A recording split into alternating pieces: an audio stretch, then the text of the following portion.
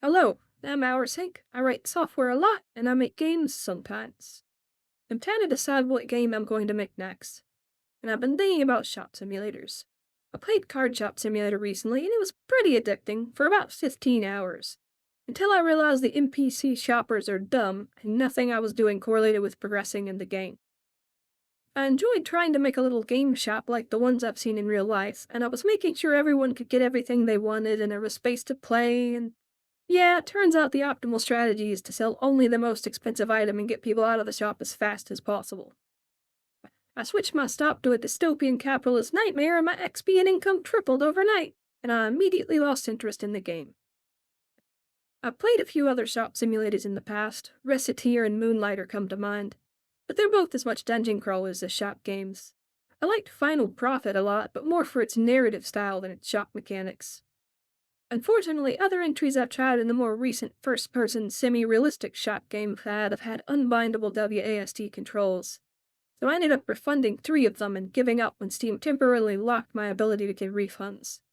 Unbindable keyboard controls are a pet peeve of mine and I won't abide it. That's a topic for another day. Anyway, there is one economic game that I've logged 450 hours in, and I don't encourage other people to play because it's bad for your mental health, and that's Eco. Eco plays kind of like Minecraft, but it's centered around economics with a real life time limit.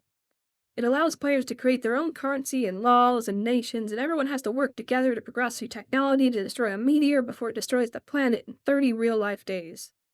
Players get limited access to professions like logger, smelter, or baker, so it takes several people working together to make technological progress. The part I find most interesting is the player-made currency and prices that evolve organically from the supply and demand resulting from everybody trying to level up and do their jobs. Every time I play, I end up with one of the largest shops. I like to try to make everything available to everyone for as cheap as possible in one stable currency. It's an interesting challenge when money is made up and supply and demand are constantly in flux. Unfortunately, as you already know, people.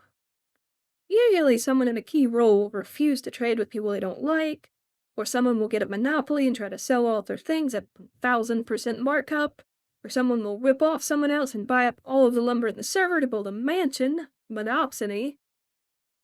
But most commonly people just quit because they don't feel like they're winning. If they're not personally the richest person on the server, then what's the point? I refer to all these collectively as capitalist brain rot, although sometimes people are just bad at math.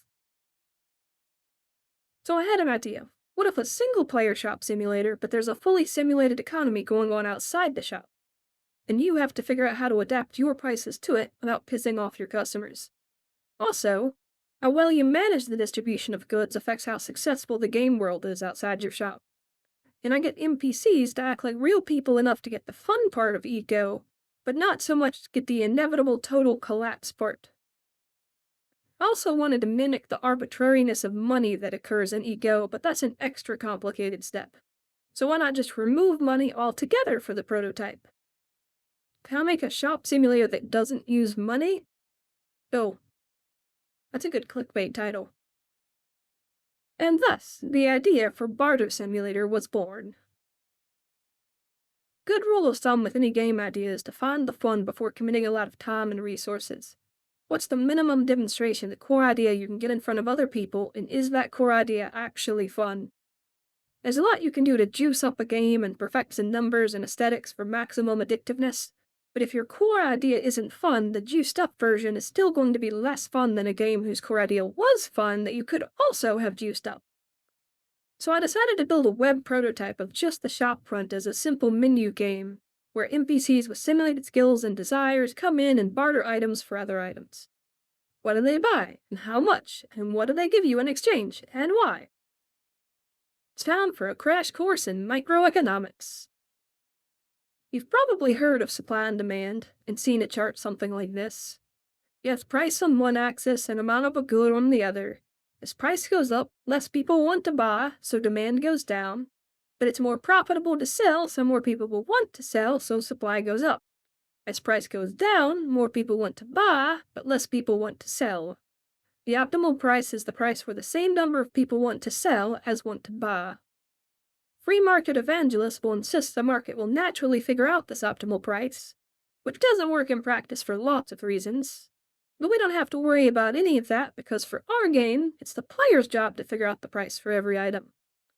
That chart is actually pretty useless for barter simulators though, because it's an aggregate of the entire market, and what we need is rational behavior for individuals that creates those aggregate supply and demand curves as emergent behavior. What's important for our use case is the law of diminishing marginal utility.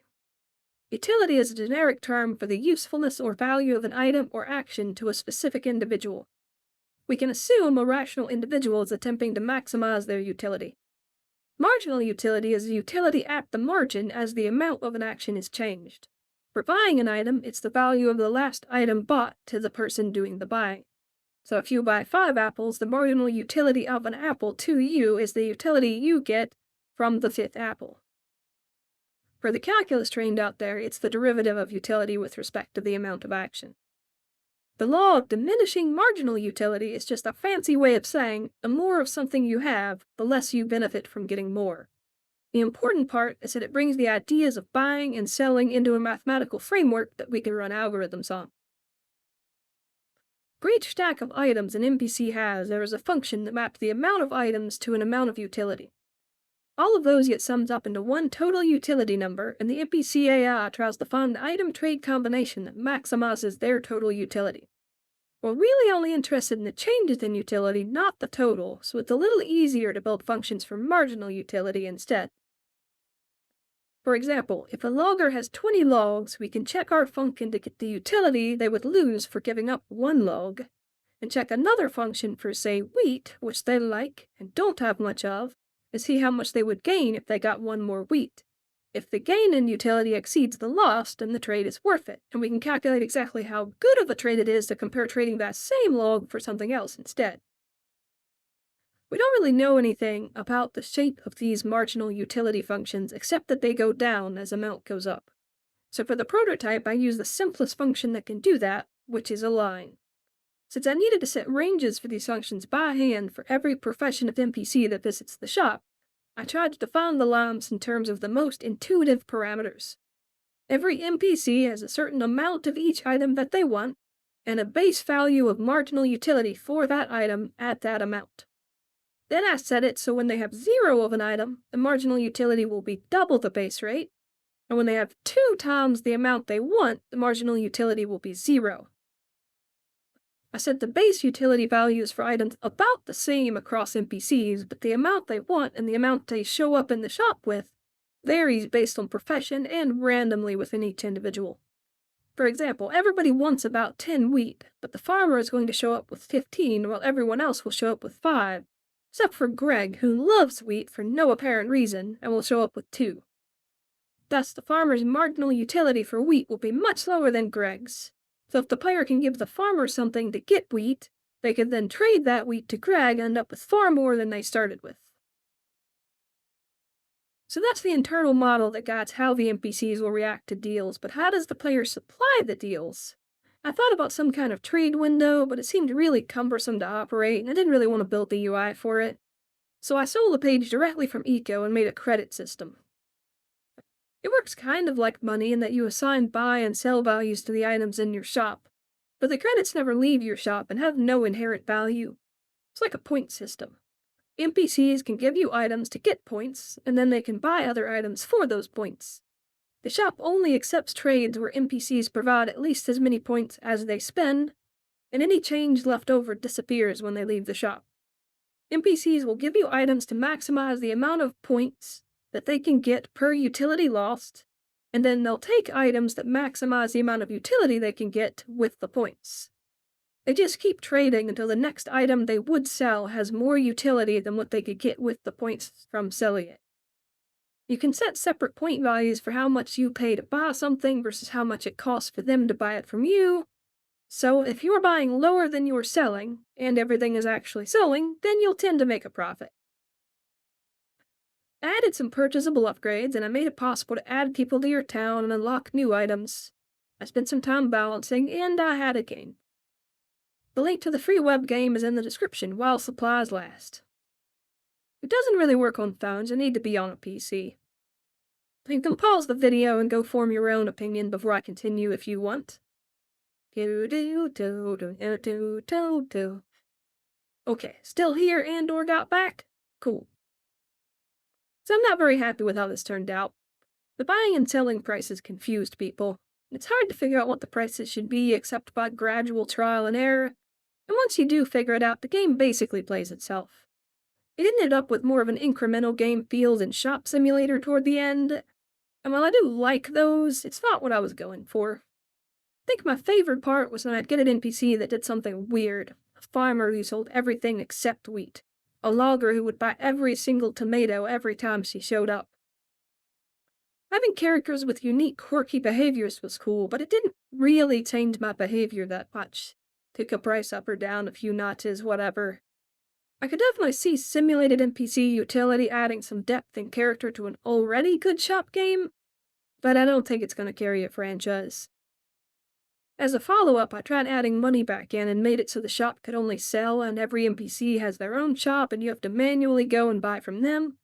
Thought maybe I could solve the confusion and incrementalness problems in one fell swoop, but it just ended up feeling generic and decidedly less interesting. I think what makes shop simulators fun and work simulators interesting more broadly is relatableness. Being on the other side of a fantasy RPG shop is intriguing because we already have a relationship with those. I liked Card Shop Simulator because I liked card shops, and I'll never be able to collect them all in real life. Many cozy games have an economic element because we're all familiar with money, and being able to succeed as a small business person is wish fulfillment. Work simulator games work because being able to do a job at our own pace and get a reliable reward correlated with how well we did doesn't happen for most people in real life. I loved Eco because I love the idea of making fair economic systems that work for everybody, and I'm never going to see those in real life. And I made myself sad. Guess it's time to go play video games. If you have recommendations for shop simulators or other economic games I should try that don't force WASD controls, let me know in the comments. I'm still interested in making a shop game or some other non-violent simulator, but I'm gonna shelve it for a bit until I come up with a better hook. One other thing this little prototype excursion highlighted is that the World Fabric engine still needs some work in the usability department. It would have taken me much longer to throw this together in World Fabric than it did in JavaScript, and that's a problem. I think I'll focus on my tooling and processes for a while before I commit to another commercial game. I'd also like to make some videos on World Fabric's relativistic timeline synchronization because it's just really cool technology, and I don't think anyone else has done anything like it before. Well, that's it for me today. Tune in next time where I'll be talking about other technical stuff, probably. Yeah. Bye.